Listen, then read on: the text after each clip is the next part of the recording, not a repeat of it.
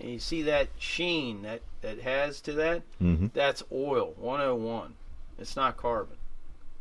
Carbon would not have a sheen to it the way that does.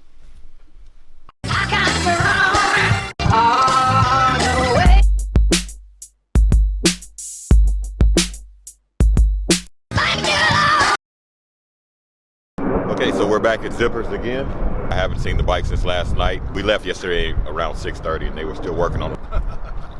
Here's Larry. Larry helps out with the filming here at Zippers.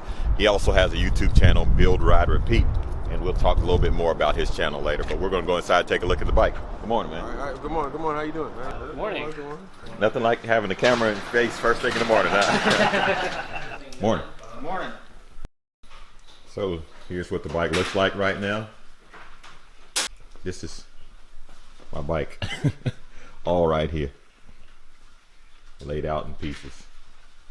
All right, so what we're doing right now, this is the drive sprocket, and it's a very tight fit on the end of the crankshaft. We saw yesterday the factory one, it's kind of loose, and when you have that back and forth movement, even though you have a cam chain tensioner pushing on the chain to keep everything in time, that back and forth movement actually affects the valve train. So you'll see more variance in the cranking compression front to rear when it does that. Even bigger deal on a twin cam because you have a front cam being driven by a rear, so you have 2 points of slack. We try to tighten everything up and do what we call a blueprinting of the valve train, and the whole goal of that is to get everything that's loose and sloppy, nice and tight. We put a lot of effort into designing the cam profile, but a cam profile is what we're telling the lifter to do, not necessarily what the valve is actually doing.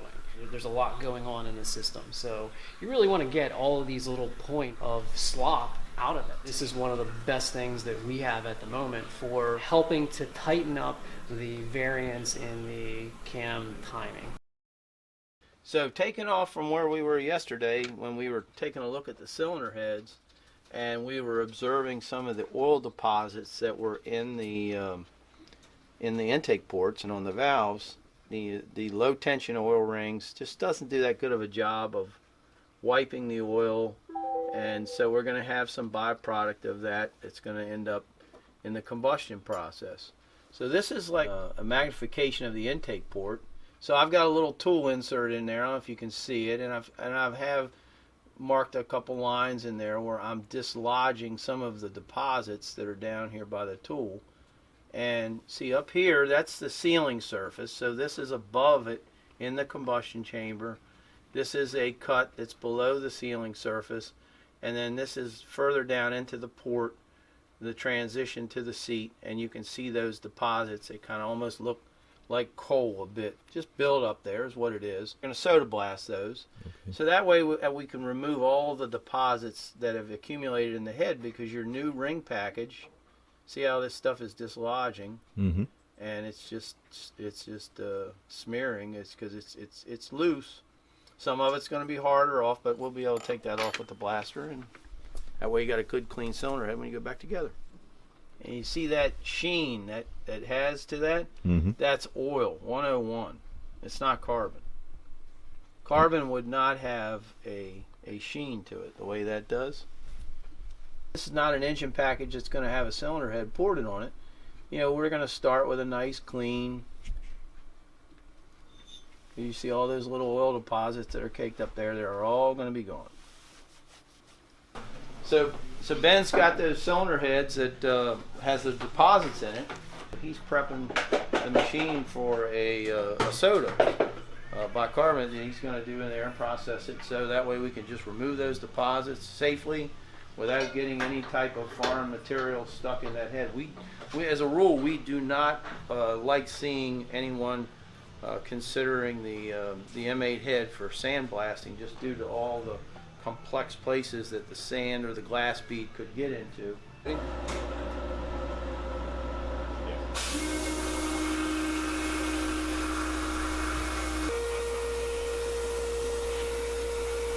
So what he's doing here is checking the rod straightness now that we have the cylinder off. And the way he's doing that, he has a precision ground rod that goes through the end of the connecting rod, and he has two precision ground parallels. the bore of your wrist pin is not perfectly parallel to the deck surface, then your piston's not going to be pushed up and down perfectly inside the cylinder. So what he's done here is when you pull down on this, you should have, this should actually be tight on both of those bars, and you can see it's actually a little bit loose. So what that means is your rod has a little bit, it can either be bent this way, it can have a little bit of a twist to it. It's not uncommon to see this. Most people don't check this, most people overlook it, but we always like to make sure that everything is correct when it goes back together. By checking this, you know, I'm not going to say this was bad from the start, but just over time, heat cycling, things do move a slight amount. So what we're going to do is forcibly move it back to where we have it perfectly square to the deck surface so that your new pistons are running perfect inside the cylinders. So these are your factory pistons that came out. And one of the first things I'm going to do is look at the wear pattern that's on the skirt of the piston. And ideally that wear pattern is going to be equal in all directions. What I mean by that is the piston is happily riding up and down inside the cylinder. It's not pushing on one side or pushing on the other. Now what we found on yours are they're kind of leaning to the right a little bit. And what that tells me is your connecting rod is leaning a little bit to the right. Now yours are in, I would say, fantastic shape. And if you look at that wear, it's pretty centered, but it leans a little bit to the right. So we've corrected that by straightening your rod, by forcing it back to where it is perfectly parallel to the deck surface. Now, with this being a little bit off, it means that piston's always torqued just a little bit going up and down inside there. And that alone will hurt the seal on those little 2mm oil rings. So just that small amount of rod deflection, not even deflection, but out of squareness will start to cause some of this oiling issue that you're seeing on the top of your piston and in your cylinder heads. You ideally want that to be just perfectly centered over the skirt here, and it's just kind of leaning to the left. I've seen ones that, you know, on an old engine that's been run for 100,000 miles, and the wear pattern will literally come in as like a cross. And it's because the rod is so twisted, the piston's all forced inside there. You'd be amazed at what will actually run. This is very good, but because we're building a performance engine, we're going to make it better. Okay, so now we're going to move on to the new stuff. So this is your 124 dish piston kit, and this is what you'd find if you open up a set of cylinders from us. First things first, never, ever, ever reuse a Milwaukee-Eight head bolt. If you reuse this, it will break. We've done testing here where just on the heat cycling of building a new engine, this will actually fracture and break. We're just using a genuine Harley part, so we supply you with the Harley-Davidson parts to put this back together. That's going to come with every cylinder that we supply because it's just an absolute that you must have it. We don't even want you to have the option. We're going to give them to you. We're going to provide new head gaskets and base gaskets. One of the good things about the Milwaukee-Eight is because it is now back to a base gasket motor, we can shift the cylinder up and down by a small amount to get your piston deck height set correctly.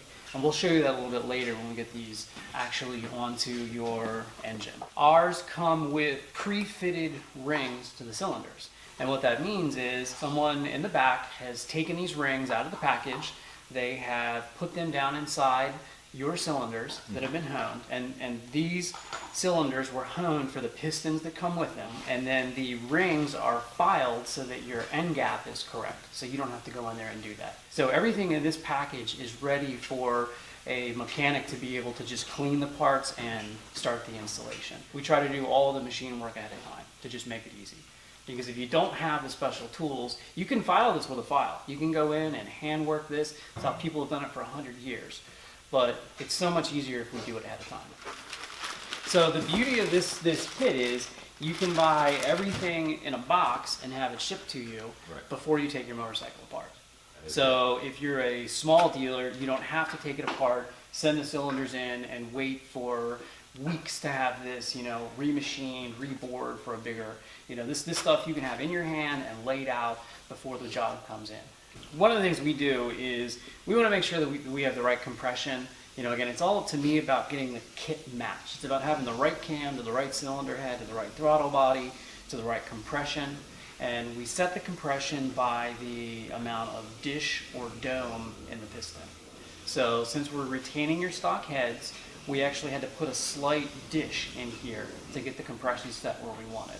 If we had done a full port job and put bigger valves and everything got opened up bigger in the combustion chamber, we would want to put material back on the piston to get the compression set correctly. So some other kits may have a flat top or a dome, depending on the final scenario.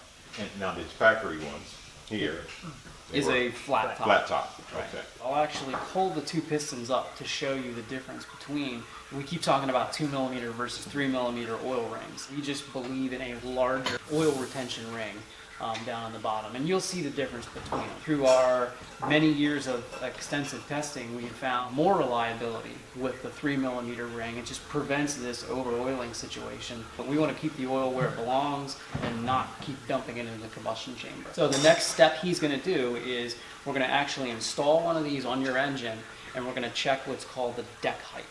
What we're doing here is we've installed the new cylinders in a mock-up form, and we're trying to find out where your piston is in relation to this top deck surface. And the reason why we're doing this is there's a very specific placement that we want the piston to come in relation to this top deck. To achieve that very specific placement, we can alter your base gasket height or your head gasket to kind of shift the cylinder by, we're only talking 5, maybe 10 thousandths, something like that. So it's very, very, very small amount. We want this to be to a very exacting point because it sets your compression and it sets your squish band much tighter in your engine over how it was built from the factory. Your compression is going to be set to 10.85 to 1. So you're going to be a little bit under 11 to 1, which is a good thing. You should end up with a cranking compression number that is like right at stock. And the reason why we're doing that is we want to make sure that wherever you ride this in the country, whatever fuel you have, it's going to act as if it did when you rode it across country already. If you made less power, you may be able to upgrade the springs inside. This is the stock clutch hub right here, and it would help solve your issue. But you're going to be making so much power that this is never going to be able to handle this kind of power. All right, so the whole time we've been here at Zippers, we've had the pleasure of hanging out with Larry from Build, Ride, Repeat. Guys, if you haven't checked out his channel, check out his channel. He does a lot of things here at Zippers. He rides That's your baby. he rides a 2001 Rotaine. Check out his channel, Build, Ride, Repeat. Anything else you want to say, Larry? I'm gonna try them up when I get a chance to. When I get down to Knoxville to ride with them and all. So see what that sleeper 124 we got. Yeah, he has a 107 muscle kit being built on his Twin bike. cam, yeah. Twin cam. So hey, I hear those things are pretty hot. So check out his YouTube channel. Do you have Instagram you want to? Yes, check it out on Instagram as well at Build, Ride, Repeat, and definitely like, comment, share, subscribe, and we may get some more videos together. All right, thanks.